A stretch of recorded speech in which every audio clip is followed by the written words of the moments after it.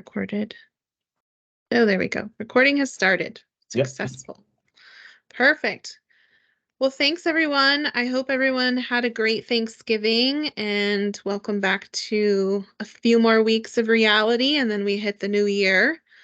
We are going to go ahead and get started on the Comcast Masterclass. Just so everyone's aware, the webinar is being recorded and we will be sending out a link with a recap later this week. Or early next week since today's Thursday. Please be respectful. Make sure you guys are muting your microphones. If you have any questions, you can drop those into the chat and we'll be sure to address throughout the call. For those of you who don't know me, my name is Molly Codd and I'm the East Coast Channel Manager for Innovative Business Solutions. Innovative is a TSD that is committed to ensuring our partners have access to the most reliable, robust solutions available, from connectivity to VoIP to cloud and cybersecurity and so much more. If anyone on the call would like to learn more about becoming a partner with Innovative, I will put my contact information in the chat. Feel free to reach out to myself or any of my counterparts. If you are not on the East Coast, I'll make sure to get you aligned with the right channel manager, but feel free to reach out to me. I'm excited to have Comcast with us today. I don't want to steal too much of their thunder, but I will quickly say for those of you who are unfamiliar, which you must live under a rock if you don't know who Comcast is, they are a fully managed unified communications, networking, and cloud solutions provider. They do everything from connectivity all the way to cybersecurity, and these gentlemen that are on the call today will be able to give you all the information. Innovative's portfolio consists over 350 carriers, and with my experience, less than a handful can truly compete with Comcast, maybe like two. You'll see here in a minute while every year, pretty much since their inception, Comcast has been voted a market leader across the board. Due to our success with Comcast over the years, Innovative is very fortunate to have aligned with a fantastic support team that aids us from pre-sales all the way to post-sales. Their value will bring to not only yourself, to us, but to your end users, and they are very strategic in their relationships.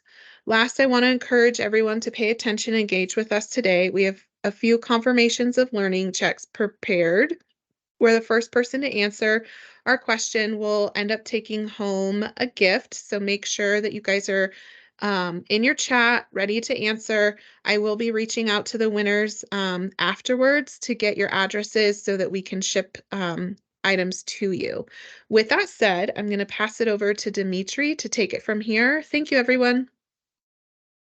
All right, thanks, Molly. Hi, everyone. My name is Dimitri Knazov. I'm the Director of National Partner Programs for Comcast Business. I manage the relationship between Comcast Business and Innovative, and this relationship is key to us. Innovative is the best in the game at managing connectivity sales, and they can enable partners to sell upmarket products. So with that last sentiment, today we want to teach you about some of our upmarket products, along with security and networking as a whole, if you will. So we're going to start very simple and build on a connectivity map that we all know and love in terms of circuits and how they work, and transition from there. We'll feature additional technology and products throughout the presentation, touch on a few things. We've got two really good experts here with Rick and Ryan, and we'll provide you with some additional revenue generating SKUs that you could take and basically sell immediately after this class and start talking to your customers about. So what we'll present to you, it'll empower you to ask your customers relevant questions about their needs past the circuit, and then position products to meet those needs. Again, the wide range that we'll cover, we're not going to have time to dive into everything, but you'll be able to ask questions after this class and during if you have on some of the topics. And those of you that are on the call that are experts in a lot of these technologies, hang with us. We will have the opportunity to dive deep as well. And remember, if you're not an expert in this or don't want to be an expert in security and technology, you don't have to be. You have to know enough to be dangerous, know enough to talk to your customers about it, ask some questions, identify those opportunities, bring them to us. We bring the experts. So with that being said, let me just put up the slides and start simple, and let Rick and Ryan go a little deeper. 1 second here. Can you see my deck here? Excellent. Okay, great. So let's start with Your customers need access to the internet through a carrier network. Pretty straightforward, right? We all know this. To do that, you sell them an EDI. It could be from Comcast, could be from another carrier. It's pulled into their unit and then handed off in the telco closet. This is typically where a lot of sales currently stop. Customer has service, we have handled it, and it's up to them to get the rest. Well, the rest is a lot. There's a lot there for customers to need to procure, and we want to enable you as partners to help them procure those services. So from the handoff in the telco closet, they're going to need some kind of router. They're going to need to plug their stuff into something. They're going to need a firewall, at the very least a basic firewall, and they're going to need some sort of network management technology to be able to configure their network as needed. If you're not asking about some of these things, there's a missed opportunity to sell some additional products. We happen to offer a really slick, very simple, very inexpensive product that takes all three of those things and combines it into one product and one service. It's called Secure Network Edge. Includes 24/7 live human monitoring of this and alerts customers to any irregularities or any issues on their network. My experts here will go a lot deeper into this product, but I wanted to touch on that. So great, we've got their network connected, set up, configured. From there, they're going to need to connect their devices. They've got servers, they've got laptops, they've got desktops. Those things are vulnerable to anything from ransomware, malware, AI, fileless attacks. How does your customer protect those? Again, if you're not asking your customers, what are they doing to protect those? Missing out on a sales opportunity there.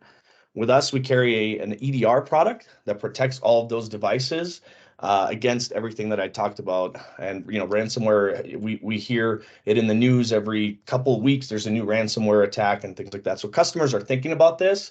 If you're not asking them, you're again missing out on a good opportunity to sell some additional revenue. So with that, I'll hand it over to Rick to take it from here. Perfect. Hello, everyone. My name is Rick Mishka. I am actually one of the cybersecurity subject matter experts at Comcast Business, Masergy. And we're going to talk a little bit today about networks and security and all sorts of things. But if you're having a network conversation, you should be having a security conversation and vice versa. They really go hand in hand, as you can see here. If you want to go to the next slide for me, Dimitri, this conversation isn't new, but it's actually because it's happening due to the new framework of SASE. SASE stands for Secure Access Service Edge. So Gartner brought this together. A lot of companies are trying to productize this. I want everyone to understand that this is the synergy of network, security, and cloud, but it's not a product. It is a framework. It is a journey. It's going to take your customers some time. And while we're not going to spend a lot of time today on SASE as it pertains to the actual framework, I want you to understand that a lot of the solutions that Comcast Business is providing today when it comes to managed network, managed SD-WAN, managed security is going to be focused on this framework. You will get these slides at the end. You'll be able to look through this and kind of identify what this might look like for your customers. But it's important to just understand the acronym, right? SASE, Secure Access Service Edge. We take that a step further. So the next slide actually will show you what we're focused on when we talk about managed security services. Ryan Meyer here in a second is going to be talking to you about what we offer from a managed network perspective. And then I'll come back in and give you guys some education on managed security services, not only what we provide, but how you can approach your customers. It's one of the conversations that a lot of folks just don't feel comfortable having. But one thing to take from this slide, just so you understand, there's really three key areas of security, and that's around network, cloud, and endpoint. All of those include some form of user. And so we want to make sure that you understand, have conversations around those and the rest, right? The rest of this can come together. The analytics, the portals, the viewing, you'll hear AI, machine learning, you'll hear all these various acronyms. But what we want to present isn't just about the productization of a solution, it's about the services. 24/7 SOC. SOC stands for Security Operations Center. 24/7 network operations and things like that. Molly, you got the next slide. I think it's the first time to give away a cool prize. Sweet. All right, guys, hold on before you answer. Let me get my chat because homegirl was not ready. Okay. So what does SaaS stand for? Okay, ready, set, go. Who's going to be the first? Put it in the chat. Everybody's Googling it now. You can also No. come off mic and tell us. Dun, dun, dun. Don't all jump at once. My chat working? Meeting. Oh, hold on. Cancel. The tests Oh, worked. the test worked. Good job, guys. Now let's answer.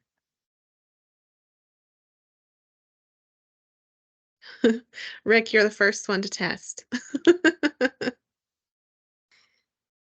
Yep. Dylan, SaaS. What is SaaS? I think it's pronounced sassy. Sassy, sorry. Yeah, SaaS has a whole nother meaning and a whole nother acronym. So we'll Right. talk about that. So Yep. Sassy. yeah, and if people can't get into the chat, they could come off mute. I believe you've got it set up that way too. Yeah, they should. It should be able to go. Like I see people typing. Let's see, hold on. Maybe. All right. I broke the presentation already. These guys. All right. Let's give them the opportunity to answer afterwards. Let's continue to go through the content. Yeah. And the first person to answer in the chat, we'll bring it back to that. Perfect. Thank you, All Dimitri. right. So I'm going to pass this off to Mr. Ryan Myers. Ryan, introduce yourself, and you are the network guru. Okay, yeah, thank you, Rick. Appreciate it. Yeah, I'm Ryan Myers. I'm at Comcast Business Solutions as well. I work as a network solutions architect, so a little bit more on the network side. So, want to talk a little bit about network, right? So, Dimitri in the beginning talked about circuits, right? Network access, selling a circuit, but then there's so much more to that, right? More of a conversation, more opportunities, really on the back end, right there to supply what he had talked about, where we can package it together. But what I want to talk about today, there's a few flavors and ways we can do that. And I'll try not to get too far in the weeds of that, but just wanted to make you aware of some of those things that we can do from a kind of a managed network equipment perspective. So as you go in, with your clients and with these companies, there's some network conversation starters. So we have a few kind of questions here. You don't have to go into all of this, right? This is really more of where when we come in, we can go dig into these details, find out what the customer needs, and customize to them. So when we talk about, hey, we can provide a single box, provide all these solutions, that's great. That's really all you need to know in a way.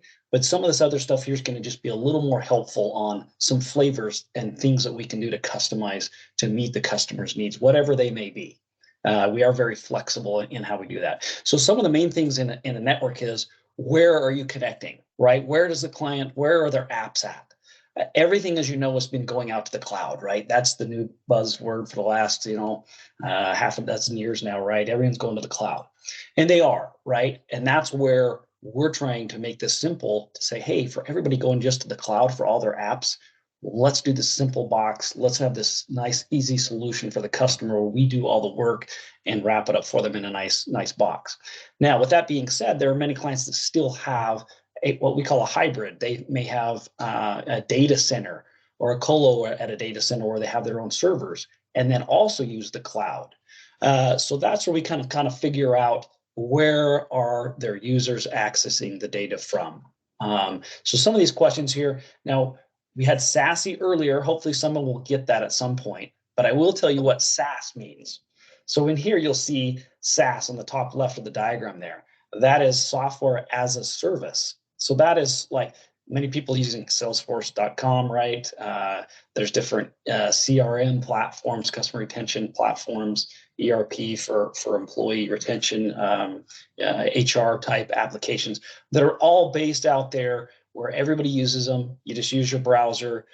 You go out and you run that app out of the cloud. It's not on a server within the client's environment, if you will. It's over the internet. So that's the SaaS. When we say SaaS, the SASE, hopefully someone else will get that. That's a little bit more of the framework stuff of the security side.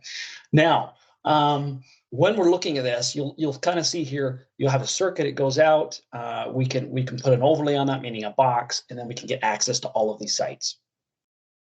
One of the main things I think when you talk to customers is just really, how do you manage your network today? That's a simple way to start. How do you manage today? What do you have? And then you can get into some of these other things of where are they at? Is it in the cloud? Is it at the data center? What kind of performance requirements do you need? Let's go to the next slide there if we can, Dimitri. So once you start looking at their network, here are some things that we can do. Like I mentioned, we're going to talk about a couple flavors. Many of you may have heard SD-WAN, right? That's been a big thing over the last many years as well. Software-defined wide area network. It's all about connecting customer sites to each other, or back to their headquarters, or back to a data center. So site-to-site traffic, that's SD-WAN. I'm going to talk a little bit here about that. Now, when we do a network solution for a customer, we can be very flexible. Like I said, we have a few flavors. This slide here is just going to depict how we can pull all that stuff together into one. So with that network, we can provide a box, in this case, a Fortinet device on the left-hand side there at a customer's location or all of their locations. We can bring in remote users through client VPN into that device as well for at-home users now, right? And then from there out to the internet, out to get to their apps and the different sites, we can mix and match different types of access, network access circuits. So in the beginning, we talked about the EDI circuit, right? Or customers get DIA, dedicated internet circuits from other providers as well. We can mix and match circuits into that location and that device in many different ways. We can procure that. Customers can bring their own. It can be DIA, it can be broadband, it can be a tertiary backup like an LTE, a cellular connection, a wireless connection. So there's many ways we can connect. And for redundancy, if it's a small site, maybe a single circuit's fine. Larger site, 2 circuits. We can mix and match. Secondly, there, we can then connect to wherever they need to connect, depending where their apps are. If they're in the cloud, the public cloud, or private cloud, if they're doing their own servers like in Azure or AWS, we can connect however they need to do that. That's where we customize that. The third part there is then we can secure that. And that's what we're talking today is network and security coming together. In that FortiGate device there, we can enable the next-gen firewall features in that to provide them intrusion detection, all those other type of features right in that same box to be SASE compliant there, as you'll see as one of those boxes as well. And then lastly is them being able to manage that. We offer fully managed options. We also provide an option for like co-managed, where we have our portal where they can look at that. They have the visibility to see what's going on there if they want that. We can take care of it all for them, but give them that visibility as well. And we also manage that through our NOC, our Network Operations Center, and our SOC, our Security Operations Center, for all the security threats as well. So we can go next slide. So a couple ways we can do this. One is when I talked about our SD-WAN. If the customer's apps are back at a private data center or a headquarters, or they have site-to-site traffic between offices, they need private connectivity, we can do with this device, this FortiGate device, we can do SD-WAN site-to-site connectivity. We can do that over the public internet at all sites or some sites. We can use our network as well. We have our Comcast Business Masergy powered global network where we can connect into from the internet into our what's depicted there, a blue cloud. But into that network, we can connect directly to it. We can tunnel into it, and then we can provide even higher SLAs on performance if they have real-time apps between sites that they need. So depending on the customer's apps, depending on their performance needs, we can again mix and match. We can customize to do SD-WAN, secure network edge, use our network, or just use over the top of the internet. We have multiple little options in the background we can do to customize and tweak it just for what the customer needs. And that also can include connectivity to the cloud there. Okay, next slide. So let's step into that whole kind of easy package. So SD-WAN, if they have site-to-site traffic, but with many and most customers now going almost or 100% to the cloud. Then we have a product where we call it Secure Network Edge, SNE, or Secure Network Edge. That's that really kind of almost a standalone SD-WAN site, if you will. So what that is that box will give them always on connectivity out to the cloud. If they've got the Office 365, they got Azure, AWS, and also to any SaaS-based apps out on the internet as well. Now, one of the other key parts to this is we can provide multiple underlay transports, if you will. That's circuits, right? Again, like I mentioned before, they can have multiple circuits there. So if one circuit fails, it moves to the other one, and they have always on connectivity. Now, one of the main advantages to the SNE product is keeping session survivability during circuit outages. Now, as one circuit fails and it fails over to the other one, there is a small little delay there, right? For normal traffic, internet traffic that's not latency sensitive or anything like that, not a big deal. But if these customers, since they're 100% cloud-based, have their voice hosted out there, right? RingCentral, whoever they have out in the cloud, when they're on a phone call, a voice video call, that's where that delay is going to cause a problem. And if you have to restart a session, that's going to be a problem, right? That's where you're going to notice a problem.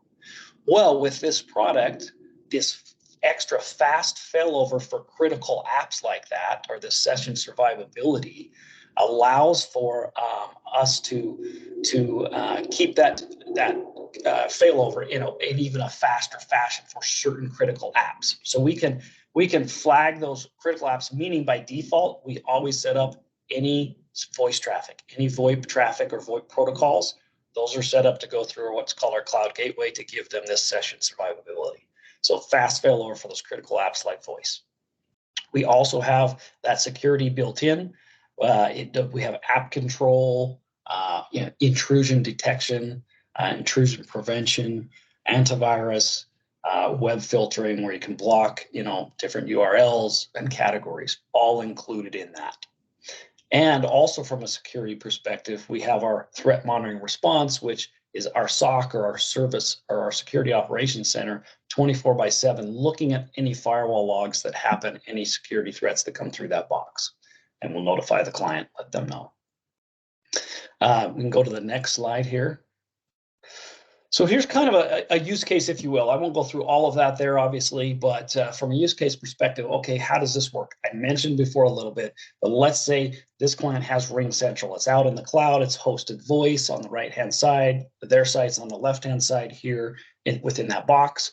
We have our device. It includes the UTM, which is Unified Threat Management. That's just the firewall. It includes our TMR, our SOC services, looking at those logs. Then they have the internet traffic going out there on the two green links would be two circuits. So they have two circuits going out to the internet.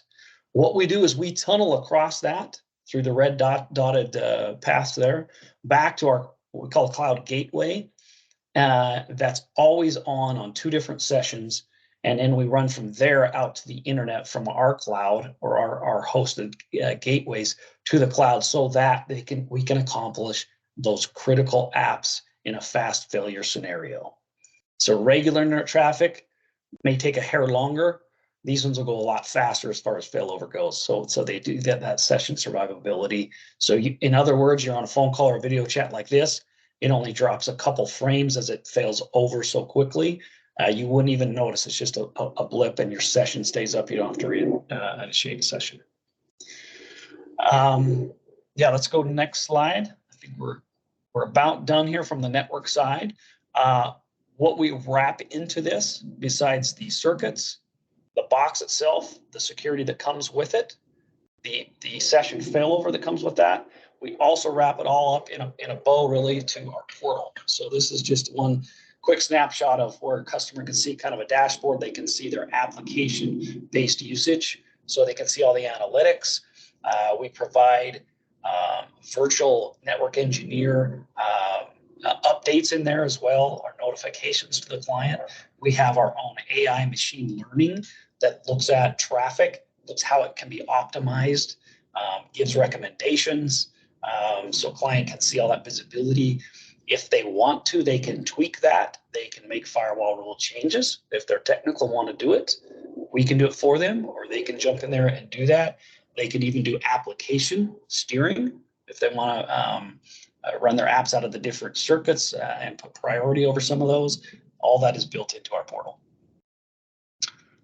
And then lastly is our service level agreements. We have some trailblazing service level agreements that we provide depending on the flavor that we provide to the customer. Some are more pertinent than others, but we do have the ability to provide 100% site level uptime. So with multiple circuits from multiple providers, we have our device. If we could provide multiple devices that are depending again on the product, we could provide a 100% site level uptime, 100% cloud service availability. We can also provide, if we use our networking solution, 100% in sequence packet delivery for real-time apps, less than 1 millisecond jitter globally.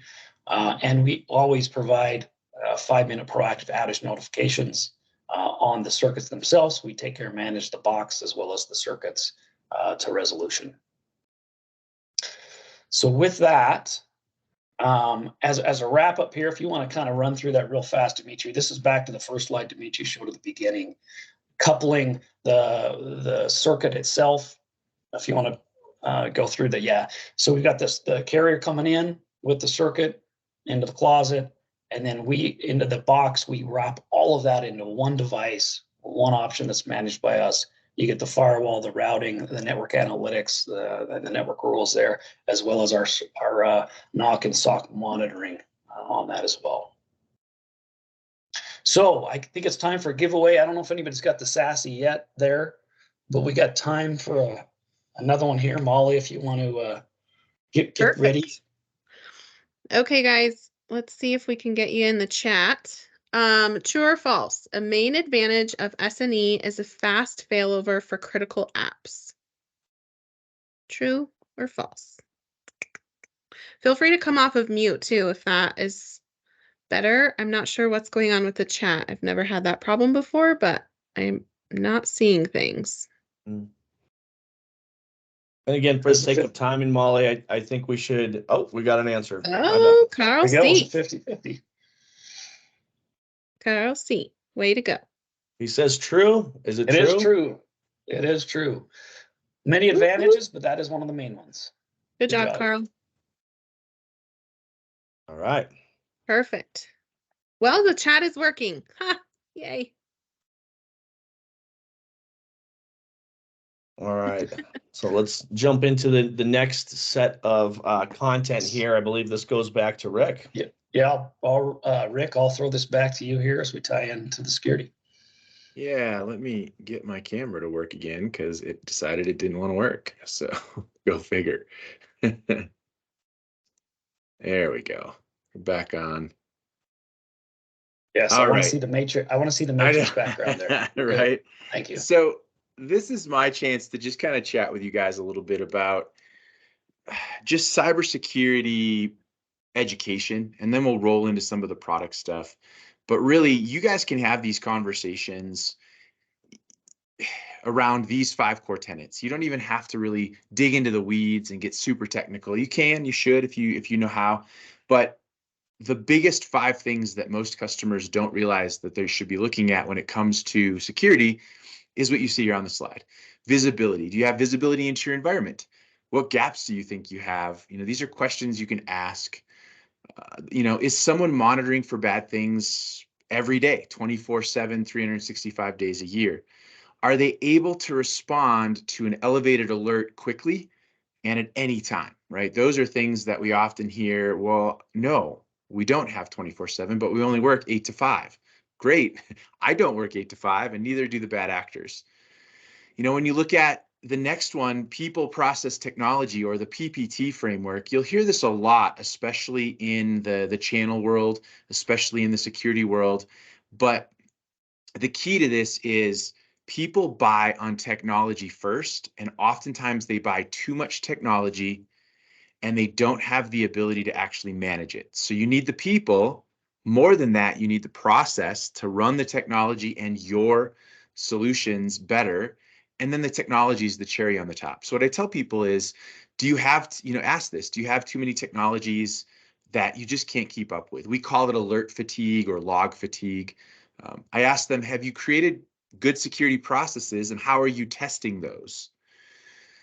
The next two are kind of combined, right? You want a holistic look at things. Are you being holistic? Are you looking at your network, your cloud, your endpoint, your users, your IoT devices? Internet of Things is what IoT stands for. Your mobile devices. And then ask them outright, where do you feel you have a gap?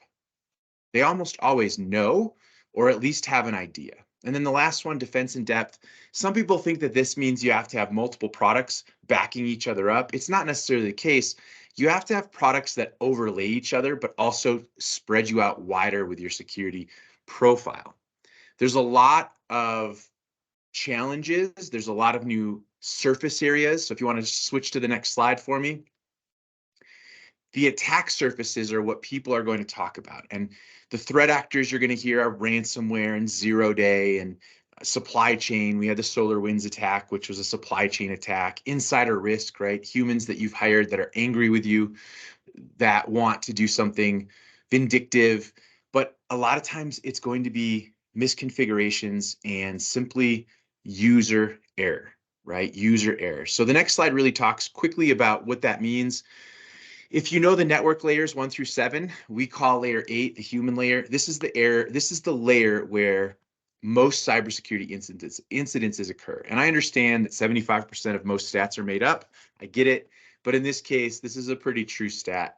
95% of the time, some form of human error, whether you didn't patch something or the human just simply did not have a strong enough password, did not have multi-factor authentication, things like that would cause a problem.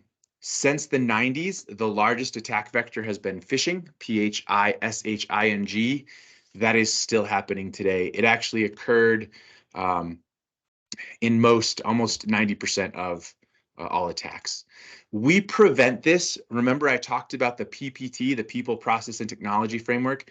We prevent this and protect the customers through managed security services, and the management is done by our Security Operations Center. That Security Operations Center is, for us, globally located in 3 countries. We are available 24/7. We typically do it as the sun flies, but we have people in every one of those security operations centers at all times. 95% first call. Currently, we're sitting at an 8-year average tenure. The average competitor in our market is sitting at about 3 years because people tend to fly through the Security Operations Center to move on to a different role in cybersecurity. We provide training and threat hunting and threat intelligence and all sorts of additional services that our employees want to stay. Bring that forward, I really want to educate you guys on ransomware. So the next slide kind of talks about some of the stats on ransomware. The bottom one there, every 11 seconds, there's a successful ransomware attack throughout the world. That's a crazy number, right? It could be happening right now as we talk. The best way to stop ransomware, and before I jump into what that is, ransomware is defined as a malicious or bad software, malware, that is meant to block your access to your computers, your user access, your data, until you pay someone something. It used to be that it was run by terrorists and nation states, and now it is basically run by criminal organizations who are looking for a way to bring in quick dollars. Think of it as the new mafia, right? Without upsetting any Italian actual mob bosses out there. Anyways, so what is the best way to prevent ransomware? The next slide talks about it, and this is something we'll dig into here in a little bit later. Endpoint detection and response. The acronym is EDR. You'll hear it all the time. This is also, we talked about Secure Network Edge from the network side. This is the second easiest solution to sell. Sometimes the easiest solution to sell because it simply aligns with endpoints. Now I'm going to put caveat on that. It aligns with endpoints that are not mobile devices. So anything that runs an iOS, like an iPhone or an iPad, or anything that runs an Android, like a tablet or your typical Samsung phones, EDRs don't work on there. And we can nerd out and I can teach you guys why that's the case. But for the most part, I always make this joke. It's Apple. Apple doesn't want that much control taken away from their iOS devices. But truly, it also has to do with some technology called kernel access. But in the endpoint, most people are accessing everyday data from their customers and their company by a laptop, a workstation, a server. The data is stored on servers.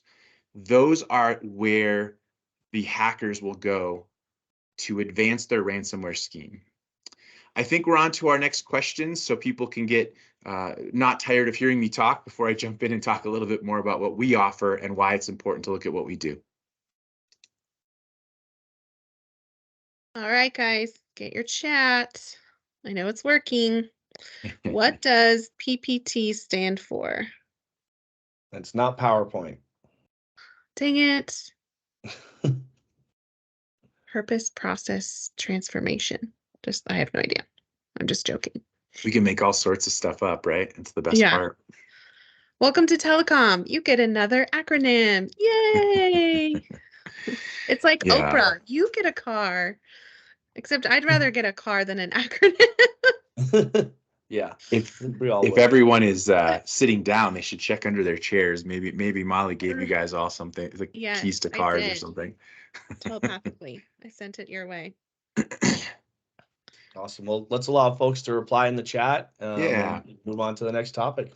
Sounds great. So real quick, the next topic we're going to talk about is really kind of digging into the solutions we offer. And we offer a number of cybersecurity solutions, but the two that I want you to focus on are managed detection and response and endpoint detection and response. So yes, MDR and EDR. Now we call our endpoint detection and response solution a managed solution. So isn't that an MDR? It's not. And this is where I get to educate you guys a little bit. Hopefully you guys can take this to your customers and they understand a lot of people in the market are calling their solutions an MDR solution. And to truly call it an MDR solution, it has to be focused on monitoring your entire environment, not just your endpoints. It has to be about visibility and it has to be about proactive cybersecurity. Your endpoint solution, your EDR, is ultimately focused on early identification, user behavior, and it's also focused on quick response. So the next slide is going to talk to you about what managed detection and response is. If you want to advance forward, I think this will bounce all those up there. This, in order to truly be considered a managed detection and response solution, an MDR, you have to have all of these things here. Network traffic analysis. Basically what that means is you're looking at every network event that goes across north, south, east, west, doesn't matter. You have to have full visibility of everything that's happening. You have to have access to an intrusion detection and or prevention solution. You have to have a SIM, and what SIM stands for is Security Incident and Events Manager. It's a way for us to take all of those events, all of the logs from your firewalls, from your endpoints, from your Active Directory, from your Microsoft, and put them into a single pane of glass that we actually can do something actionable for you. It also needs to have automation. And then if you click one more time for me, Dimitri, we include a number of other things, including what's called raw packet capture, deep packet inspection. We also provide full vulnerability scanning, which is a really cool solution. People don't have to go and purchase that separate. We offer a number of threat intelligence feeds. We offer a bunch of mitigation and response, not just detection and alert. So there's a number of things that we offer that give us a value add. Here's the pitch, right? So switch to the next slide. This is the pitch that you'll take. Again, this will be available to you. This is the two-sentence pitch that you guys can use when you're trying to push somebody to understand what MDR is. I don't want to stay a lot on MDR because I want you guys to really focus on the easy button, and the easy button is endpoint detection and response. So let's bounce over to what EDR is. Next slide. Endpoint detection and response, right? It's allowing us to provide support, early detection, full incident response, full remediation on your laptops, desktops, servers, virtual machines, anything with an operating system that usually aligns with Linux, Windows, and or Mac OS. The big thing here, why is it different than other solutions? Well, first off, next slide, everyone needs EDR. Trust me, everyone will need it, and here's why. It is different than antivirus. Everyone knows what antivirus is today. Everyone should have it. It's looking at known bad things, right? It's called signatures. The signature of something that we already know is bad is what an antivirus is protecting you against. Today, Microsoft has one of the best antivirus solutions in the market. They have over 1 billion known bad things that they're looking for. There's about 13 times more unknown bad things that they don't know. The endpoint detection and response solution bridges that gap, not by knowing those things, but by looking at 2 key analytic points: behavior around the user and behavior around the device. And so what I mean by that, good story to tell. We were working with a customer and we identified a user that was logging in from Iceland. That user was not living in Iceland. So we checked with the company and said, is this user traveling? They're on their device. They've used their multi-factor authentication. Everything looks right, but they're logging in from Iceland. No, they're sitting right next to me. And so what we found out is that they were logging into a VPN through an Iceland connection so they could watch things on Netflix that you can't watch when you're looking at it from the United States. Great, we caught it, but that's the user analytics that you're looking at. If you're bored and you want to look, apparently if you have an Iceland VPN, you can get some stuff that maybe you shouldn't watch on Netflix at work. So that's a different conversation. The second is the device. Your CEO sends you an email. It looks correct. It doesn't look like it was spoofed or copied. And he asks you to fill out an Excel document. He's not asking you to fill out any information that would be accounting based. He's not asking you to give passwords. He's just saying, hey, can you give me a list of current accounts that are, past due? I don't need anything else besides the name of the account. The minute you open that Excel document, your device starts running what's called a rootkit. A rootkit is something that your computer would run if you're trying to actually take control of the computer. You as the user wouldn't see it, but we did catch that. We do catch that because that device should never run a controlling script when you open an Excel spreadsheet. So those are the important things to understand about really the differences and why it's important. Here's a couple of good use cases on this next slide. I talked through these fairly quickly. You'll be able to see that these are all pretty normal. Couple additional use cases: visibility. On your endpoints, it will give you more visibility than you could even imagine. It also gives you controls. You can block people from USB device, data exfiltration. It will give you that behavioral protection, like we talked about, looking for suspicious activities, both from the user and the device. It gives you more insights behind when an attack occurs, so we can check the rest of your infrastructure and make sure that you're protected.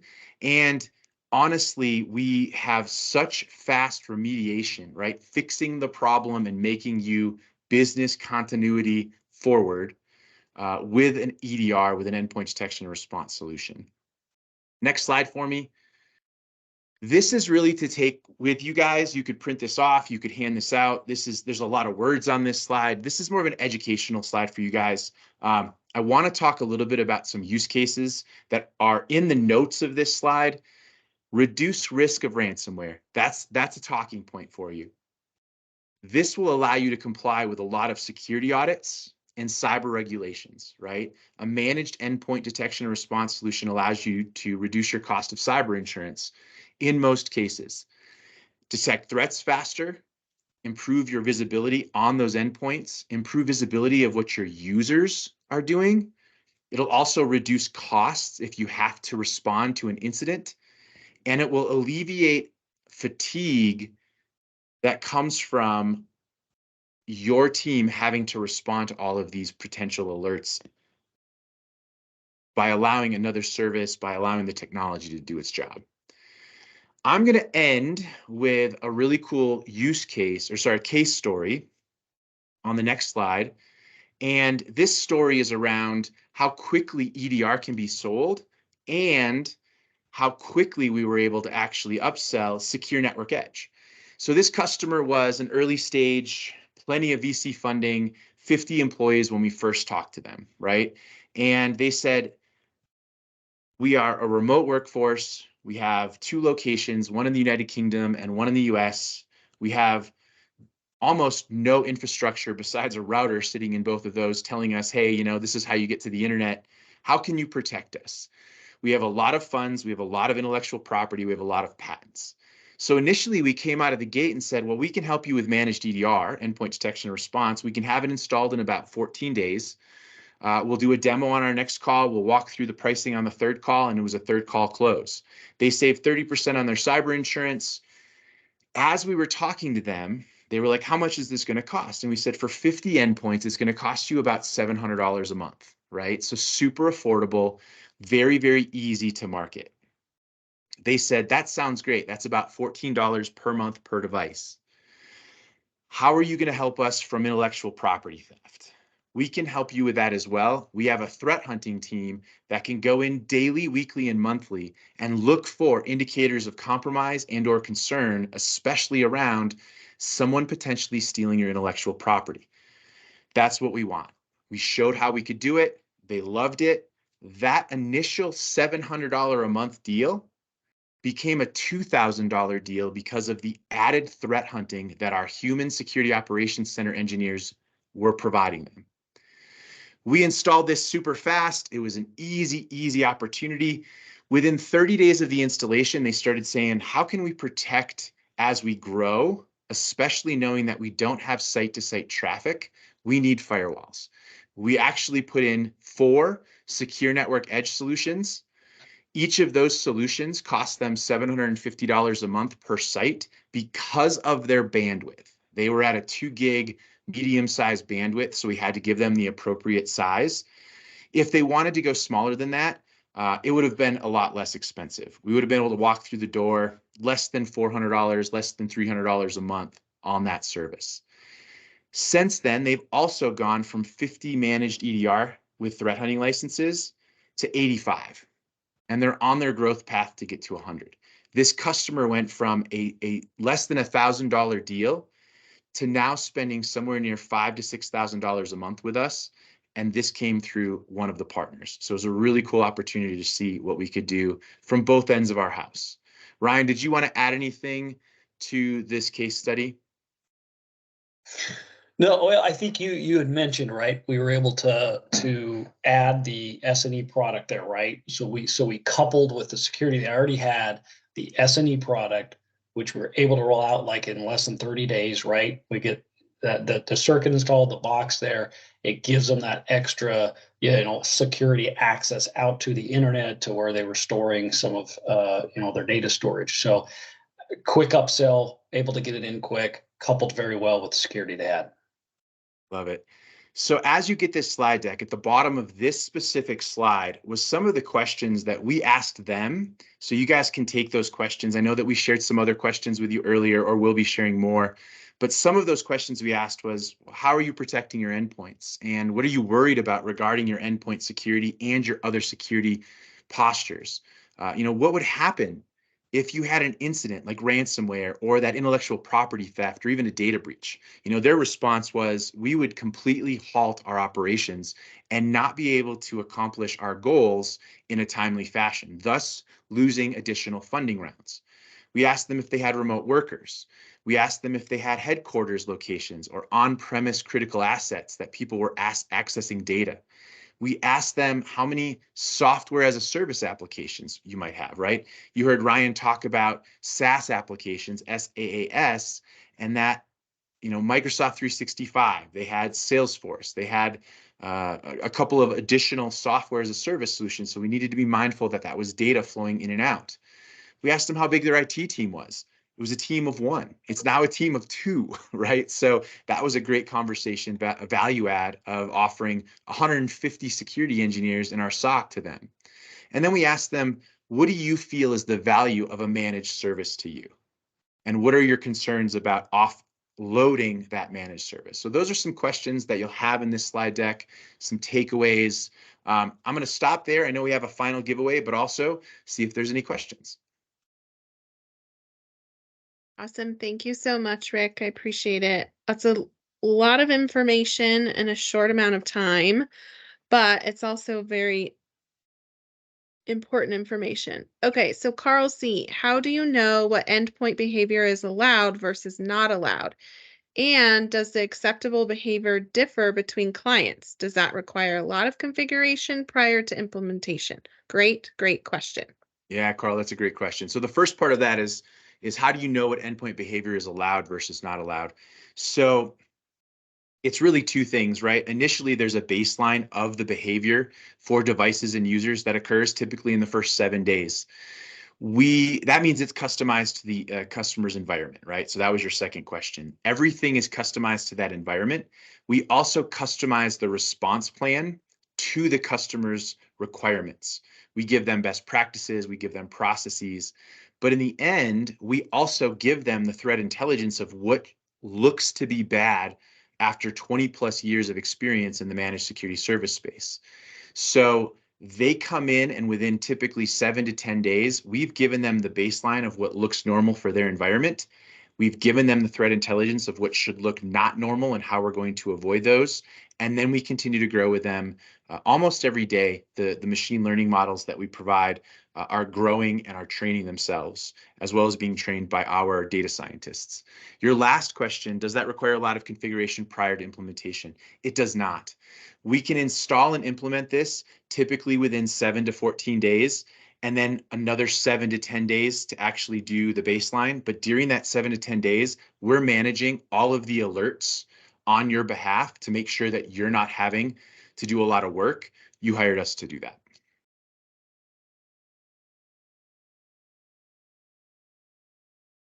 Awesome. Thank you so much, Rick. I appreciate it. All right, so really quick, I gotta scroll up here. Scott Kelly answered the PPT, People, Process, and Technology. Is that right, Rick? I was like, I'm waiting for Rick to like, I see the head nod. Yeah, that's right. That's yeah. right. Yeah, so I was on mute. Good job, Scott. I knew it was right, which is why I started, but good job. All right, so I am going to do a quick little drawing here for the final giveaway. And the winner is Scott Kelly. So Scott, you won the final prize. So we'll be sending 2 prizes out to you. I will be reaching out after this call to get your guys' address so that I can have the Comcast teams ship out the fun, exciting things that you guys won today.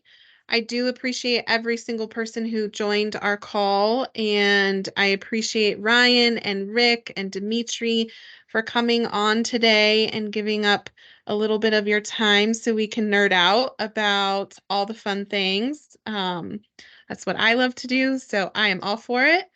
So thank you guys. I appreciate it greatly. Thank you to everyone who joined. If anyone has any questions or needs anything, I did put my contact information in the chat. Feel free to reach out to myself, and I am happy to direct you wherever your question leads us. And with that, I'm going to close out our day. All right. Thank you, everybody. Thanks, everyone. Have a good day. Bye-bye. Thanks. Bye.